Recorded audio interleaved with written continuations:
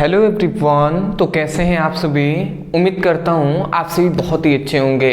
तो आज का ये वीडियो क्लास 12 के स्टूडेंटों के लिए बहुत ही इंपॉर्टेंट होने वाला है, क्योंकि आज से हम केमिस्ट्री का दूसरा चैप्टर स्टार्ट कर रहे हैं जो है वैद्युत रसायन।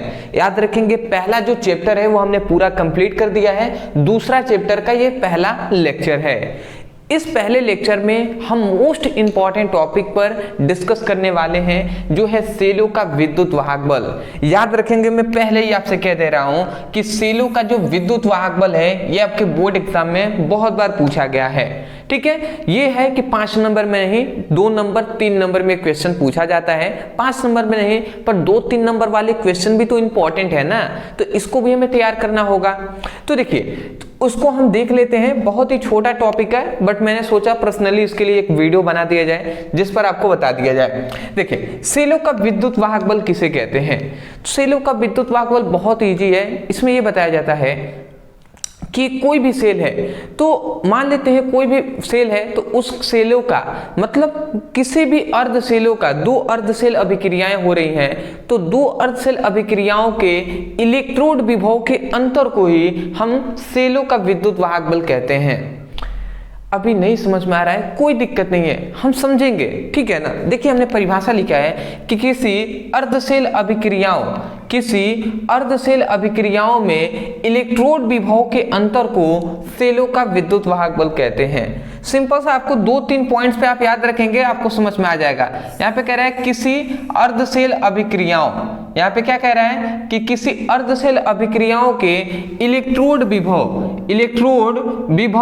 के अंतर को, अंतर मतलब डिफरेंट को हम क्या कहते हैं, सेलों का विद्युत वाहक बल कहते हैं। किसी अर्धसेल अभिक्रियाओं में इलेक्ट्रोड विभव के अंतर को सेलों का क्या कहते हैं, विद्युत वाहक बल कहते हैं। इसको अब हम समझ लेते हैं।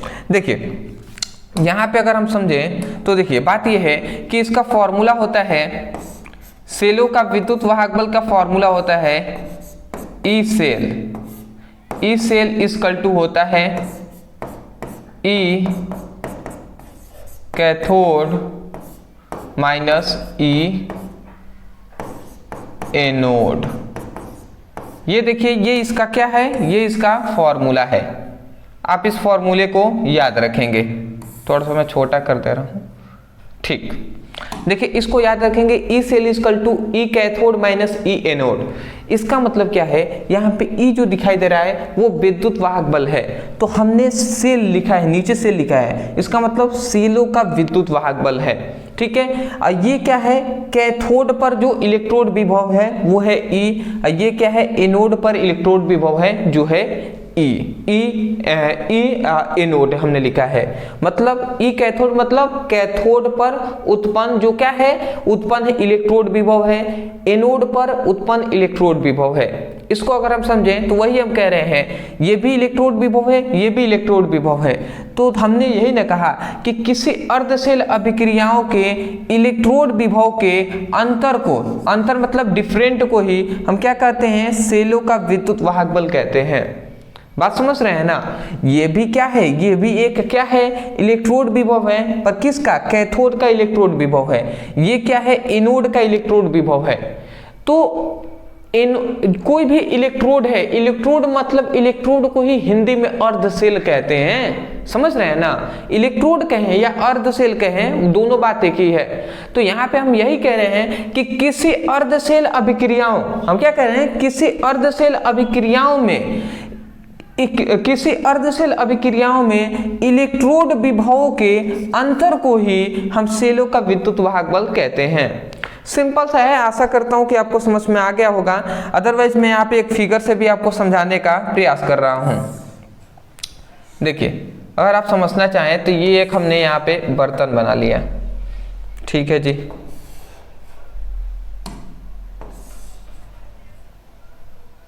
यहाँ पे हमने एक क्या बना लिया, एक बर्तन हमने यहाँ पे बना लिया। इसको अगर हम चाहें तो आप ध्यान से समझेंगे तो इसको हम इस तरीके से कर दे रहे हैं जिससे आपको समझ में आए। ये क्या है, एक हमने यहाँ पे बर्तन ले लिया है। अब इसमें हम यही कह रहे हैं ना कि इसमें हम 2 इलेक्ट्रोड को ले रहे हैं। 2 इलेक्ट्रोड को यहाँ पे हम ले रहे हैं, एक ये है और एक यहाँ पे है।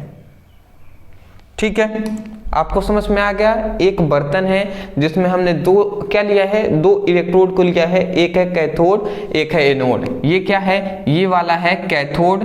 ठीक है, इसको हम लिख देते हैं कैथोड, ये क्या है एनोड। इतनी बात आपको समझ में आ गया होगा। ये है कैथोड, ये है एनोड। ठीक है, तो कैथोड पर भी कुछ ना कुछ क्या होगा, इलेक्ट्रोड विभव उत्पन्न होगा। ठीक है, एनोड पर भी कुछ ना कुछ इलेक्ट्रोड विभव उत्पन्न होगा। तो दोनों को हम अर्धसेल कहेंगे। तो यहाँ पे अर्धसेल अभिक्रियाएं हो रही होंगी, तो हम यही कह रहे हैं कि किसी अर्धसेल अभिक्रियाओं में कैथोड, मतलब हम यही कह रहे हैं किसी अर्धसेल अभिक्रियाओं में इलेक्ट्रोड विभव के जो डिफरेंट होता है, जो अंतर होता है, उसी को हम सेलों का विद्युत वाहक बल कहते हैं। मैं आशा करता हूं कि आपको समझ में आ गया होगा। यदि एग्जाम में आता है, आप परिभाषा लिखिएगा, ये फॉर्मूला लिख लीजिएगा, उसके बाद ये फिगर आप बना देंगे, आपका काम कंप्लीट होता है। ठीक है, तो ये आपके बोर्ड एग्जाम में 2 अंक में पूछा जाता है, कभी कभी 3 अंक में पूछा जाता है। तो मैंने सोचा कि इंपॉर्टेंट है, इस पर भी हम वीडियो बना देते हैं। फिलहाल आपका एक छोटा सा टॉपिक है, पहले लेक्चर में हमने कंप्लीट करा दिया। अदरवाइज मैं यही कहूँगा, आप निश्चिंत रहिएगा। देखिए, बहुत सारे ऐसे स्टूडेंट हैं जिनका एक डाउट है, उनको मैं क्लियर करना चाहता हूँ। देखिए, बहुत सारे ऐसे स्टूडेंट हैं जो कह रहे हैं कि सर सिलेबस बहुत ही पीछे है, कैसे होगा, क्या होगा। मैं उनसे कहना चाहूँगा, देखिए आप निश्चिंत रहिए, ठीक है ना। इसलिए मैं कह रहा हूँ क्योंकि मुझे पूरा भरोसा है, मैंने 2 साल से लगभग मैं आपको तैयारी भी करा रहा हूँ, तो मैं जानता हूँ कि आपको किस प्रकार सिलेबस आपका कितना कराया जाएगा, तो किस समय तक कंप्लीट हो जाएगा, मुझे सब पता है।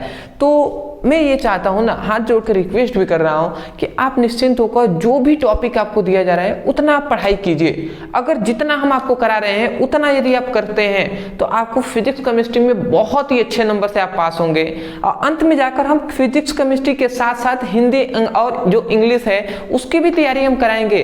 इसके लिए आप निश्चिंत रहिए, ठीक है ना।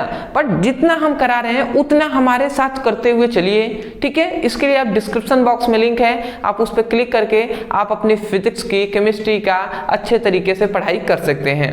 तो मैं आशा करता हूं आप समझ गए होंगे। अदरवाइज दूसरा चैप्टर है, पहला वीडियो अगर पहले चैप्टर का टोटल नहीं देखा है, डिस्क्रिप्शन बॉक्स में लिंक है, आप जाकर देख लीजिएगा। तो चलिए दोस्तों, आज के लिए इतना ही, मिलते एक नए टॉपिक के साथ, तब तक के लिए धन्यवाद।